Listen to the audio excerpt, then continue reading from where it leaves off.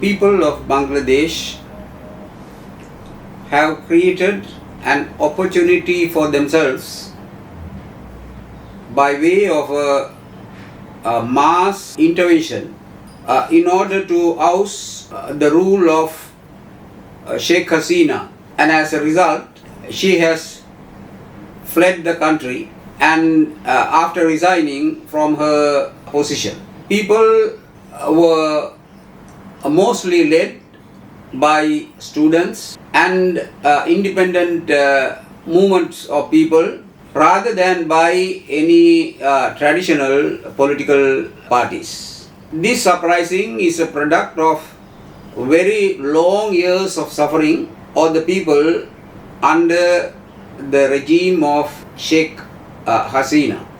The local and international human rights organizations have repeatedly commented and protested against the enormous violence unleashed by a regime on all persons who express any form of criticism or any independent views on affairs relating to Bangladesh. Heavy levels of censorship prevailed over all forms of media, including the social media, even to the extent of imposing death sentences and very serious prison sentences against persons who independently express their views through any of these media channels. Even foreign correspondents were prevented from reporting in Bangladesh, and some who broke such limits were brought to courts and were sentenced. The arrest and illegal detentions, torture and extrajudicial killings became a normal routine of all parts of Bangladesh. The result of this was that there was enormous fear psychosis generated throughout the country. A marked feature of this repression was the use of the courts in order to do the biddings of the regime. One Supreme Court judge was removed from his position, and other courts were made to be subservient to the orders of the regime. Even in the recent crackdown, when the secret orders were issued to shoot to kill the protesters, there were instructions to keep such orders in the secret. The police and the military were used as instruments of oppression for a long period of time. The abuse of power within the police was so enormous that the possibility of seeking justice through the intervention of the law enforcement agencies became almost an impossible task. Instead, the law enforcement agencies were used in order to suppress protest and also to suppress organizations which were engaged in any kind of activities which were directed towards the assistance to people to defend their rights. All these were done by granting absolute immunity to the actions of the police and the military. Within the last week or so of the protest, over 300 people have been killed and many more have been injured. However, showing the examples of other countries such as Sri Lanka in recent times, it is a mass protest led by independent masses, not so much by any traditional political parties, that has come to the forefront for the defense of the rights of people both in terms of their economic rights, right to livelihood, right to life and well-being. At the same time, also rights for protection in terms of human rights.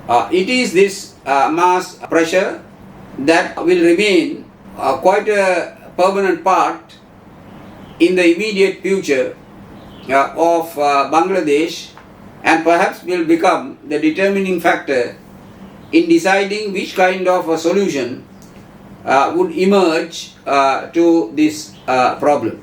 Already the chief of the military has promised to form interim government, and the discussions are taking place even as of today in order to discuss the formalities for a solution to this problem.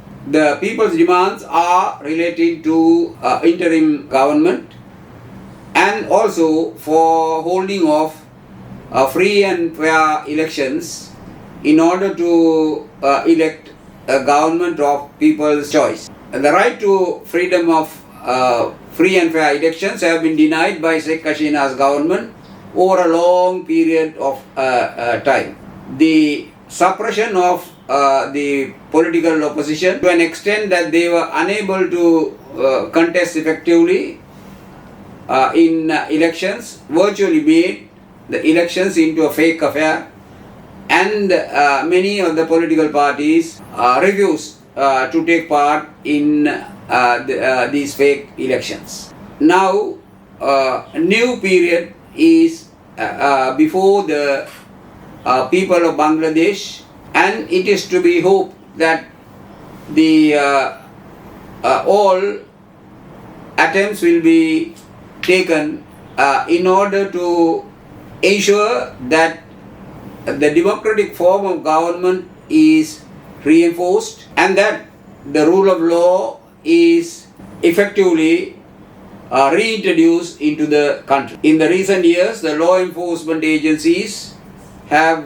virtually collapsed due to the pressures exercised on them in order to support the repression led by Sheikh Hasina's government.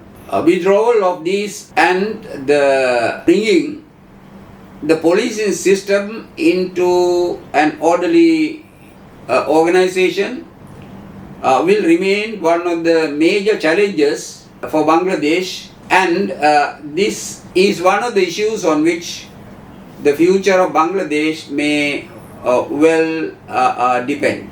Associated with this problem is the need for a thorough reassessment of the role of the judiciary and the steps being taken to ensure that those who have cooperated illegally with the regime be removed, and that the possibility of independence of judiciary to be restored. As for the people, this is a moment of hope, and the international community will wish the people of Bangladesh for a better future than what they were having, and that the international cooperation should be extended to the new forces representing democracy and human rights and the well-being of the people.